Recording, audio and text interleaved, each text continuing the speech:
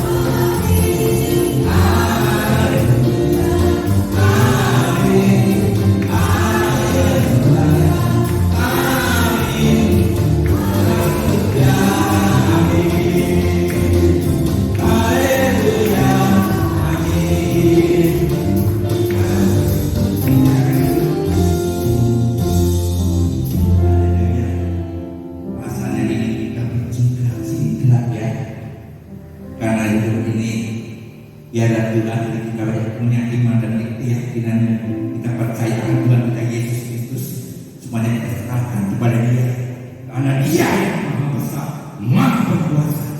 Sudah tidak akan kita haleluya, Tuhan maha besar. Oh haleluya.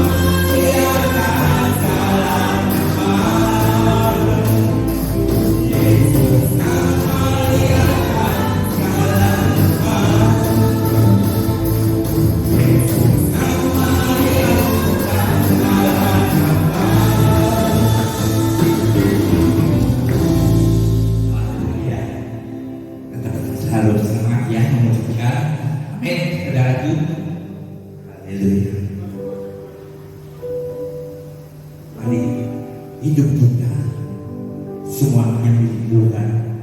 Kita tidak melakukannya saja. Biarlah suka-suka daripada Tuhan. Sesungguhnya hidup kita adalah kesulitan kepada Tuhan kita Yesus Kristus. Mari sejak waktu kami tersebut untuk berdiri, kita akan nyanyikan bersama, kita puji bersama suka-sukamu Tuhan. Haleluya. Ikuti saya.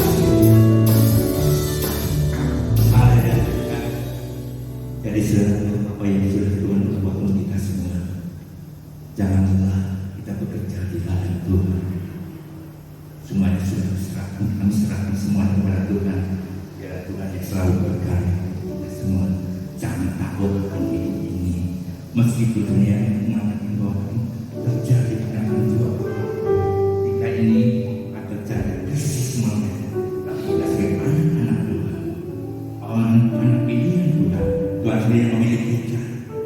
Sekarang bersama kita bersama melakukan apa yang terjadi, karena pada waktunya Tuhan akan memberikan yang terbaik. Beri kemuliaan Tuhan kepada Yesus. Haleluya, haleluya. Mari kita kembali waktu Tuhan.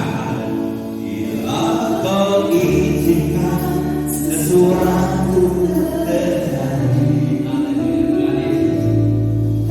ku percaya kebaikanmu. Bila nanti telah tiba waktu, ku percaya kuasa memberikan hidup. Katakan bersama, waktu Tuhan. Waktu Tuhan pasti yang terbaik. Walau kadang tak mudah dimengerti, lewat cobaan ku tetap percaya. Waktu Tuhan pasti yang terbaik. Haleluya, haleluya. Bila kau inginkan sesuatu terjadi, percaya semua kebaikanku. Bila nanti telah tiba waktu, ku percaya kuasa-Mu memulihkan hidupku. Maka waktu Tuhan pasti yang terbaik. Walau kadang tak mudah dimengerti, lewat cobaan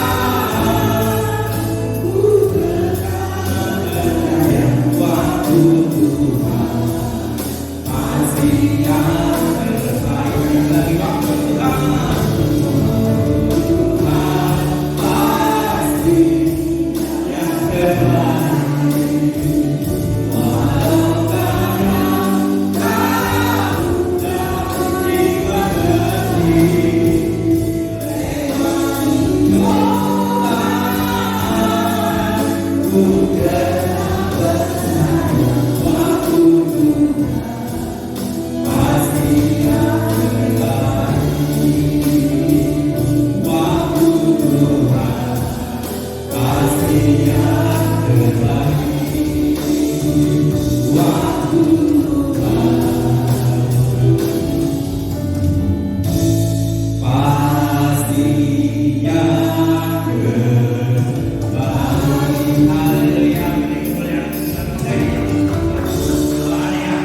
Haleluya. Haleluya. Mari saudara yang dikasihi, tiba saatnya kita bersama-sama untuk mendengarkan sebagian kebenaran daripada firman Tuhan. Yakinlah dan percaya bahwa hidup kita semua untuk mengejar daripada firman Tuhan. Sudah tidak ada lagi rasa khawatir. Kita selalu memandang, kita selalu berharap pada Tuhan Yesus Kristus, karena hanya Dia satu-satunya juru selamat kita. Haleluya. Bukti kebesaran akan bersama. Hidupku mengenapi firman. Benarkah hidupku mengenapi firman? Aku bisa mencari tiap langkahku. Kau bersama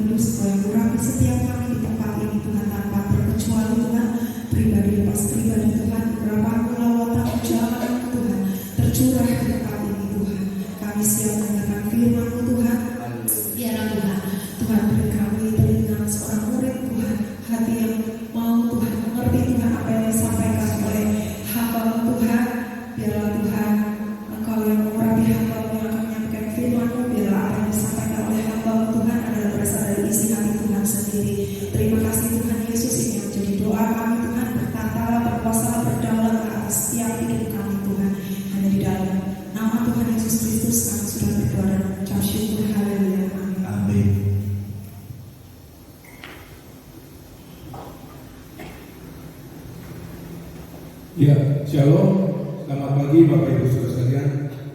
Pagi hari ini kita bersyukur pada Tuhan diberi kesempatan untuk masuk ke rumah Tuhan untuk mengkuduskan hari Sabat. hadir pagi hari ini Ibu Ince Sela. Selamat pagi Ibu Ince. Karena kan masih belum fit, belum bisa memberikan kebenaran firman Tuhan, tapi minggu depan hambanya akan membagikan firman Tuhan untuk menguatkan kita semua.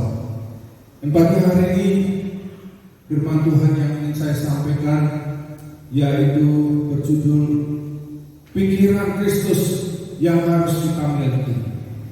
Sekali lagi, benar firman Tuhan yang ingin saya sampaikan pada hari ini yaitu tentang pikiran Yesus Kristus yang harus kita miliki. Dan firman Tuhan di dalam Filipi pasal yang kedua ayat yang kelima dikatakan, Filipi pasal yang kedua ayat kelima dikatakan, hendaklah kamu dalam hidupmu bersama menaruh pikiran dan perasaan yang terdapat juga dalam Kristus Yesus. Perlu Bapak Ibu ketahui bahwa kita mempunyai pikiran, dan kita katakan bahwa di dalam pikiran kita manusia sama seperti medan peperangan, yang bukan perang secara fisik, tetapi peperangan dalam pikiran kita, yang entah itu secara rohani, secara jiwa. Kita berperang terus, setiap waktu, setiap detik, setiap jam, setiap hari, setiap bulan, setiap tahun, peperangan terus kita hadapi. Dan hasilnya ada dua, Bapak Ibu menang atau Bapak Ibu kalah.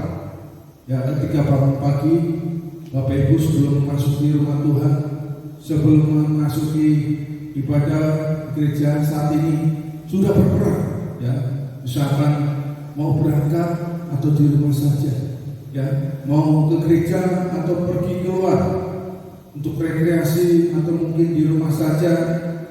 Inilah peperangan yang Bapak Ibu sudah mulai pagi tadi.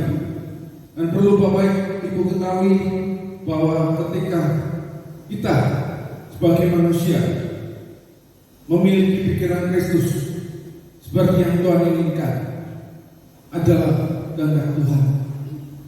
Dan ketika kita sebagai orang percaya, kita sadar ada suatu pernyataan dari hamba Tuhan namanya Oswald Chambers. Beliau hidupnya di abad 19. Dikatakan bahwa semua orang Kristen memiliki Roh Kudus. Sekali lagi, semua orang Kristen mempunyai Roh Kudus, tetapi tidak semua orang Kristen punya pikiran Kristus. Ya, inilah pernyataan yang luar biasa yang beliau sampaikan, meskipun umurnya hanya sekitar 40-an tahun hidupnya, tetapi lewat pemikirannya, hasil dari buku yang beliau buat, memberkati gereja-gereja Tuhan sampai saat ini. Dan statement ini dikatakan bahwa kita semua orang Kristen mempunyai Roh Kudus, tetapi tidak semua orang Kristen punya mindset pikiran Kristus. Ya, seringkali kita sadar bagaimana iblis menyerang pikiran kita.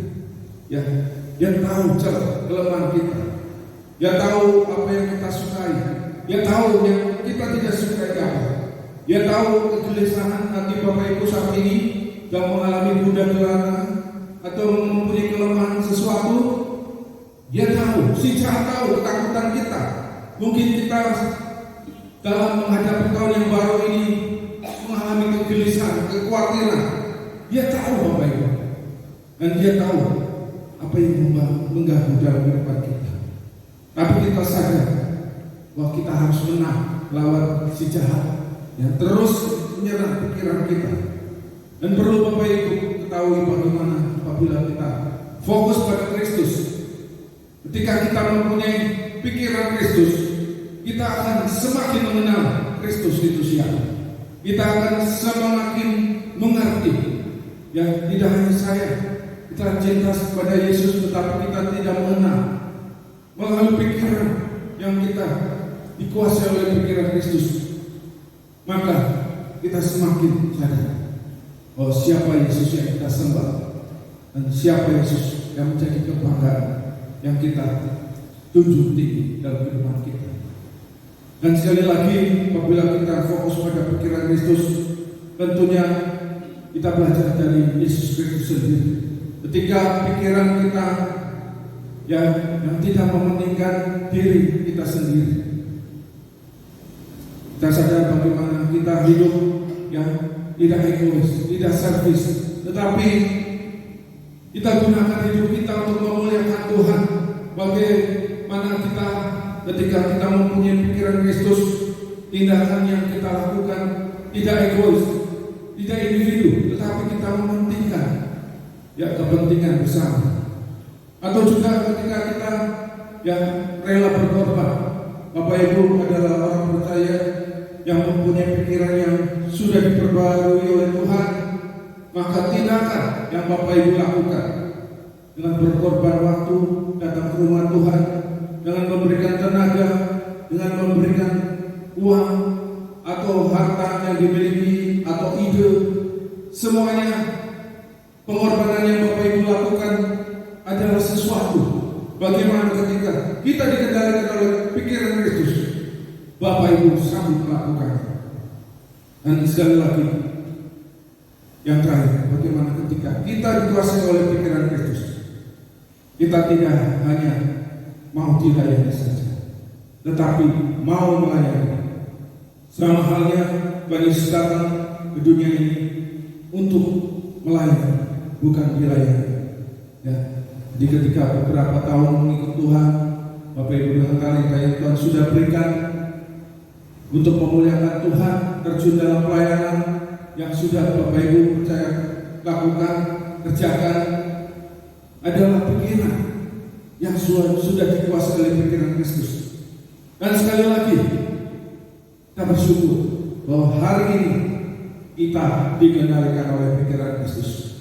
Dan ingat, tetap waspada. Si jahat berusaha menjatuhkan anak-anak Tuhan karena waktunya sudah singkat. Si jahat atau si setan berusaha menyerang kita dari berbagai arah.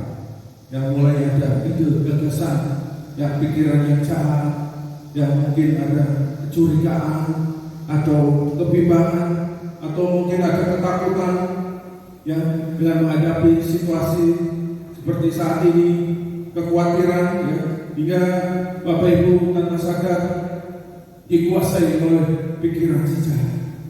Dan juga rasa ingin tahu anak-anak muda di zaman yang modern ini, apabila tidak dikuasai pikiran Kristus, maka rasa ingin tahu akan hal-hal yang negatif itu akan dibantu oleh si jahat hingga menjatuhkan anak-anak Tuhan dewasa akhir ini.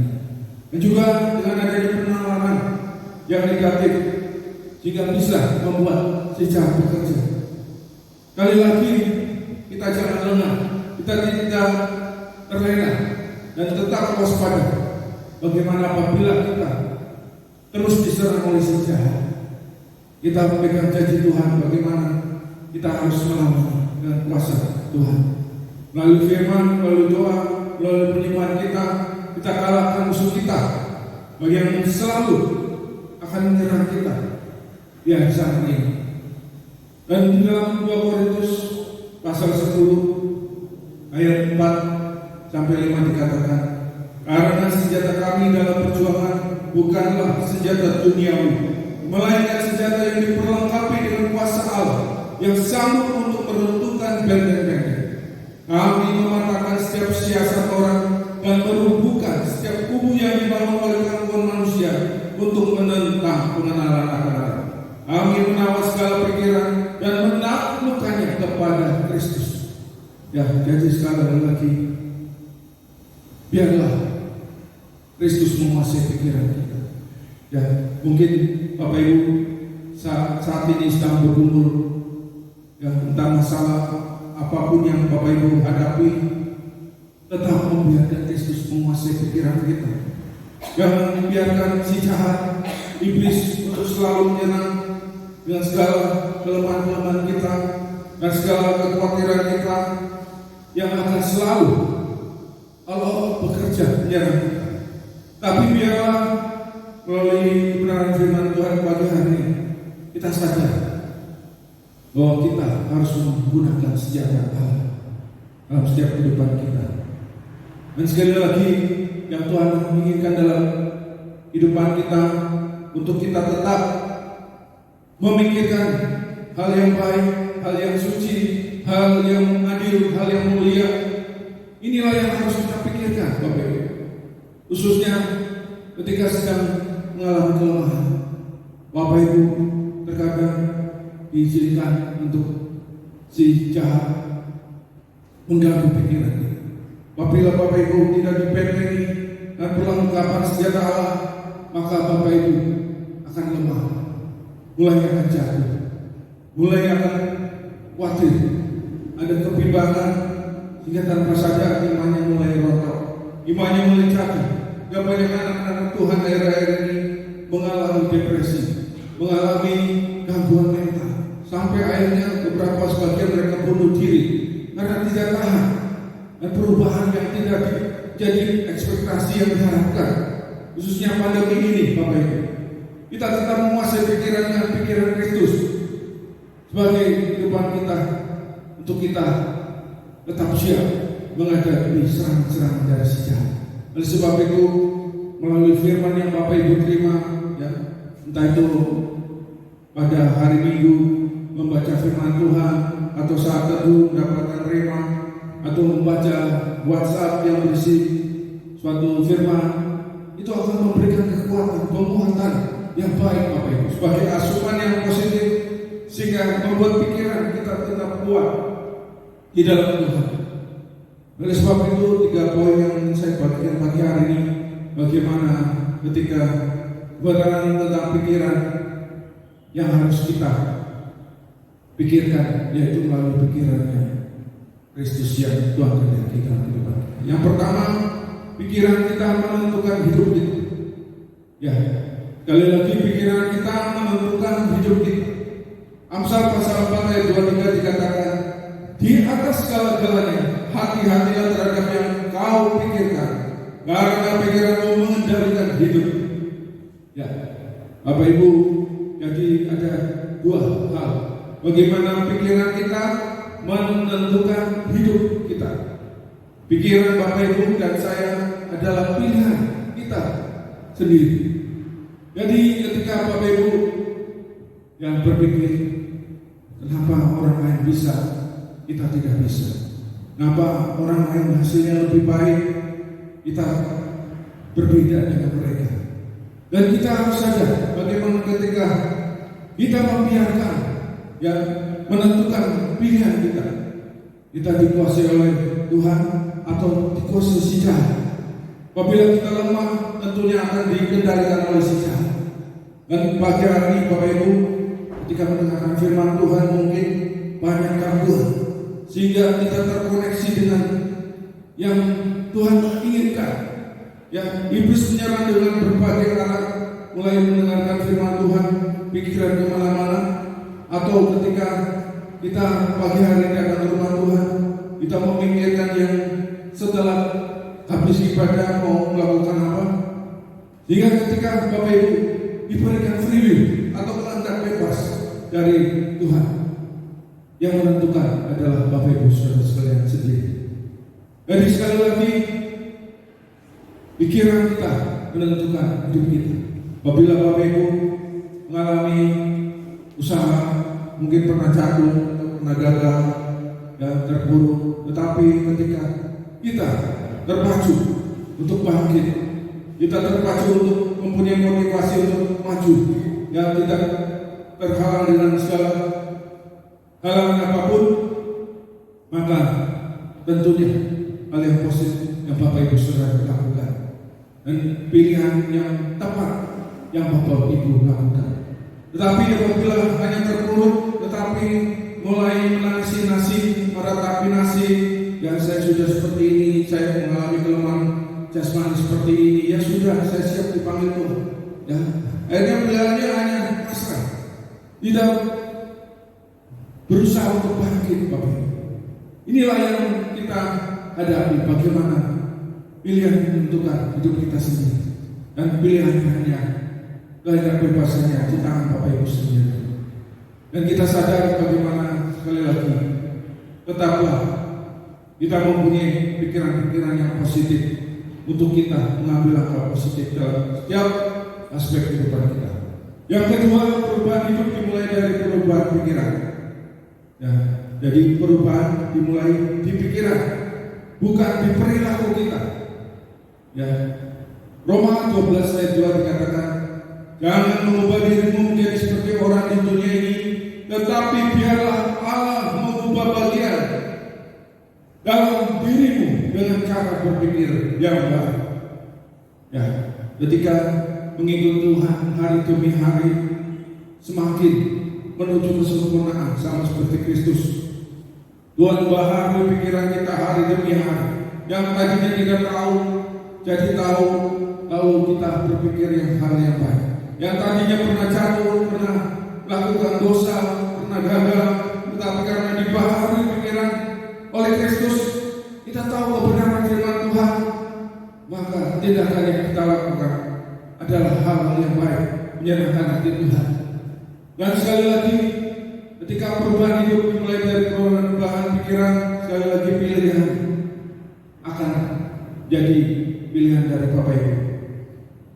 Mau menjadi serupa dengan Kristus atau ingin bertransformasi bersama Kristus, dapatkan pencerahan dari Tuhan, dapatkan kemurahan Tuhan, kebaikan Tuhan, pertolongan Tuhan, sehingga hidupnya Tuhan ubahkan, hingga pilihannya melanjutkan hidupan ini bersama Kristus dan sisa waktu yang ada. Ketika seseorang sudah mengalami suatu hal yang membuat pikirannya diberi kesempatan dua pilihan, tapi karena pikirannya hanya duniawi saja, tidak melangkah bersama Tuhan, akhirnya jatuh hanya mencintai diri sendiri, mencintai uang atau tanpa tujuan, sehingga kehilangan iman pada Tuhan. Dan sebagian orang mempunyai jalan yang sama, tapi pagi hari Bapak Ibu tetap menaruh pikiran pada Kristus, sehingga ketika Bapak Ibu yang mempunyai masa lalu yang salah, pernah jatuh dalam dosa, tetapi karena perubahan pikiran yang dibaharui oleh Tuhan, Roh Kudus menyertai kita, sehingga Tuhan ubahkan hidup kita dari hamba dosa, tetapi Tuhan ubahkan menjadi hamba kebenaran. Ini hal yang baik. Inilah yang Tuhan kehendaki dalam hidup kita. Ketika perubahan hidup kita dimulai dari perubahan pikiran. Dan yang terakhir, mengubah perasaan kita dengan mengubah cara berpikir. Ya, seringkali karena terbawa perasaan, ya, atau istilah sekarang terlalu baper, ya, akhirnya tidak bisa mengendalikan. Akhirnya juga ketika kita terbawa perasaan, ya, akhirnya kita tidak bisa melawan perasaan yang mungkin tidak benar, perasaan yang mungkin salah, atau mungkin ya dengan adanya terbawa perasaan, fokus kita tidak fokus memikirkan hal-hal yang baik yang sesuai Tuhan dan hati. Yang misalkan saat-saat ini, saat-saat mungkin Bapak Ibu yang fluktuasi, yang tidak selalu flat datar, yang tidak selalu diberkati Tuhan, selalu tidak selalu sehat selalu, ya, terkadang Tuhan izinkan ada masalah. Mungkin secara finansial keuangan Bapak Ibu mengalami suatu penurunan, atau mungkin secara kesehatan Bapak Ibu mengalami yang kelemahan jasmani sehingga membuat sakit penyakit. Tetapi karena di bawah enjoy, di bawah bahagia, hati yang gembira adalah obat, sehingga ketika meskipun dalam kelemahan, ya, secara jasmani, tetapi kita tidak terbawa perasaan, kita tidak mengendalikan perasaan kita untuk mempunyai damai sejahtera, mempunyai pengharapan, mempunyai perasaan optimis, mengikuti Tuhan, bahwa Tuhan ubahkan hal yang mungkin saat ini tidak mengenakan, tapi kita optimis percaya ke depannya Tuhan sanggup memulihkan kehidupan kita. Inilah yang Tuhan inginkan dalam kehidupan kita. Dan percayalah di tahun 2023 yang baru ini, kita mempunyai pengharapan bersama Tuhan. Amin, Bapak Ibu. Ya, kita tidak melihat situasi sekitar. Ya, orang boleh mengatakan hal yang negatif, negara begini, situasi begini, tetapi percayalah, pengharapan di dalam Kristus adalah kepastian yang harus Bapak Ibu pegang di dalam Tuhan. Inilah Bapak Ibu, bagaimana kita tetap mengendalikan pikiran kita. Kita jangan lemah, kita jangan goyah, tapi yakinlah melalui pikiran kita pegang, kita kendalikan bersama Tuhan Yesus, mampu membawa suatu perubahan yang baik dan mempunyai paradigma yang baru di dalam mengikuti Tuhan. Kita sadar bagaimana selama kita hidup di bumi ini, kita tetap bisa mengendalikan dalam menghadapi segala situasi apapun. Ya, kita belajar bagaimana ketika Bapak Ibu hari-hari ini yang sukar ini, sulit ini, tetapi kita mempunyai pengharapan di dalam Tuhan adalah suatu hal yang baik, suatu hal yang Tuhan inginkan untuk kita memikirkan. Apabila Bapak Ibu mempunyai pikiran tentang pengharapan di dalam Tuhan, dan sebagian orang mungkin belum bisa ya mensinkronisasikan hidupnya di dalam Tuhan, hingga pikirannya bercabang ya. Hingga apabila mereka memberi kesempatan ya pikiran dikendalikan si jahat, ya hasilnya tidak baik Bapak Ibu. Hasilnya nanti membawa suatu kerusakan yang frontal. Inilah yang menjadi perenungan kita di pagi hari ini. Biarlah sekali lagi pikiran kita tetap meminta Tuhan untuk membaharui hari demi hari. Firman Tuhan yang terakhir di dalam Efesus pasal 4 ayat 23 sampai 24. Efesus pasal 4 ayat 23 sampai 24 dikatakan, supaya kamu dibaharui di dalam roh dan pikiranmu, dan mengenakan manusia baru yang telah diciptakan menurut kehendak Allah di dalam kebenaran dan kekudusan yang sesungguhnya. Ya, sekali lagi mintalah terus Tuhan baharui pikiran kita, sehingga apabila kita menghadapi serangan si jahat apapun yang kita hadapi, kita tidak tergoyahkan. Dan sekali lagi kita tolak, yang kita tangkis segala intimidasi, ya si jahat yang berusaha menjatuhkan kita, ya kita tangkis di dalam nama Tuhan Yesus, ya karena kita tahu bahwa pekerjaan iblis, ya zaman ini berusaha mengintimidasi orang percaya, tetapi kita tidak lemah, kita tetap memegang teguh janjinya yang tetap menyertai kita. Demikianlah firman Tuhan yang saya sampaikan pagi hari ini. Biarlah tetap dalam kendalinya Tuhan pikiran kita, tetap terjaga hingga kita tidak goyah dalam pengiran kita kepada Tuhan. Saya mengundang para pemain musik untuk maju ke depan.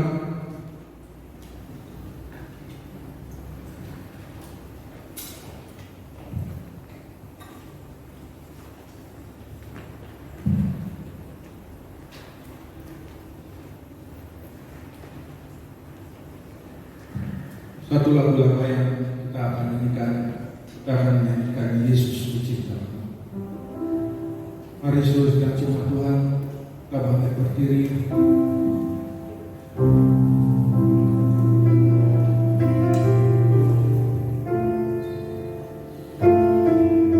Menyanyikan lagu ini, semangat kita, ya hanya tutur kata kita, yang kita mengakui bahwa kita mencintai Tuhan. Kita tetap mengizinkan Tuhan untuk mengendalikan pikiran kita.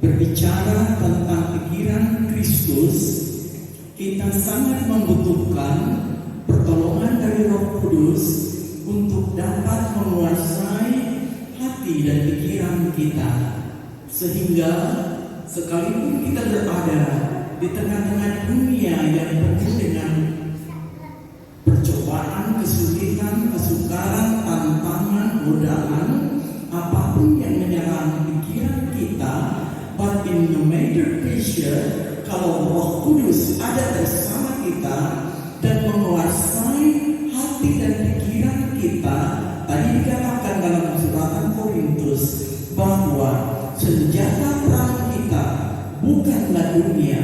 Kita harus dapat menaklukkan segala apapun juga yang datang untuk menawan pikiran kita dengan kekuatan kuasa dari kuasa Allah. Senjata perang kita adalah kuasa Allah. Pikiran Kristus di dalam segala kebenaran, kekudusan dan kekuatan kuasanya harus mengawali hati dan pikiran kita, sehingga apapun yang kita hadapi, Tuhan pasti akan menolong kita. Tadi firman Allah katakan, mari kita fokus kepada Tuhan. Pagi ini saya ajak sebelum kita berdoa, mari kita pujikan lagu yang mengatakan, mataku tertuju kepada Tuhan, segenap hidupku kuserahkan kepadamu. Bimbinglah aku masuk di dalam rencana-Mu ya Tuhan, agar hidupku dapat berkenan kepadamu. Haleluya.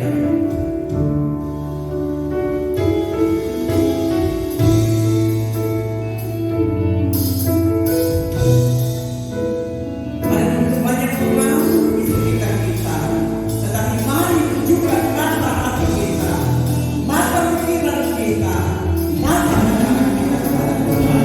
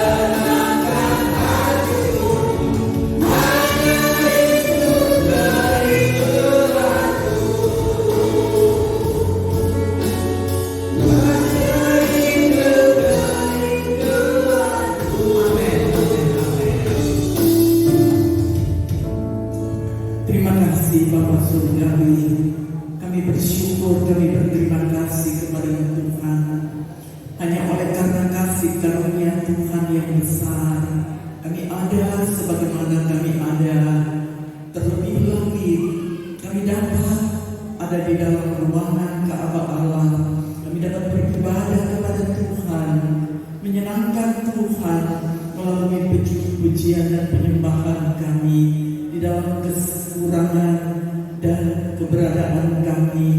Mata kami tertuju kepada Tuhan.